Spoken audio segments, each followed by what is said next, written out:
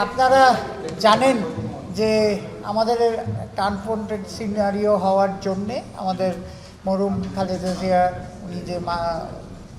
উনি যে মারা গেছেন এটার ইয়ের জন্য জাতীয় শোক দিবস অ্যানাউন্স করা হয়েছে এবং ওনার আজকে জানাজা এবং গতকাল ইয়েতে আমরা ওনার রেসপেক্টে আমরা দুদিন খেলা বন্ধ রাখা হয়েছে।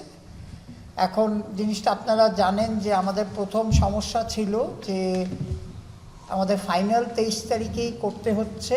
প্রথম প্রবলেম হচ্ছে যে বাংলাদেশ টিম আপনারা জানেন যে ওয়ার্ল্ড কাপে চলে যাচ্ছে অ্যারাউন্ড 26। সো সেটা প্রথমে, প্লাস আপনারা জানেন যে আমাদের যে প্রোডাকশন, ইভেন আপনারাও সবারই একটা প্ল্যান আছে। সেই প্ল্যান অনুযায়ী অনেক আলাপের পরে টিমদের সাথে, গভর্নিং কাউন্সিল, টেকনিক্যাল কমিটি সবার সাথে আলাপ করে আমরা এখন এই যে 2 দিন আমরা যে গ্যাপটা হয়েছে, এই 2 দিন গ্যাপটা আমাদের অ্যাডজাস্ট করার জন্যে আমাদের খেলা এখন 2টা ভেন্যুতে নিয়ে আসা হচ্ছে।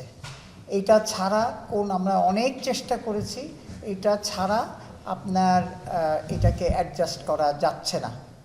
তো সুতরাং আমরা আসলেই দুঃখিত যে চিটাগংয়ের দর্শকদের জন্য এবং চিটাগংয়ের সমর্থক দর্শক বলেন এবং ম্যানেজমেন্ট বলেন, তারা ওনারা রেডি করে ফেলেছিল সব কিছু, কিন্তু আর আন্ডার কারেন্ট সার্কামস্ট্যান্সেসের আমাদের চিটাগং ভেন্যু খেলাগুলি ক্যান্সেল করে এইখানে আমরা 2 দিন বাঁচাবো ট্রাভেলিং ডেটে।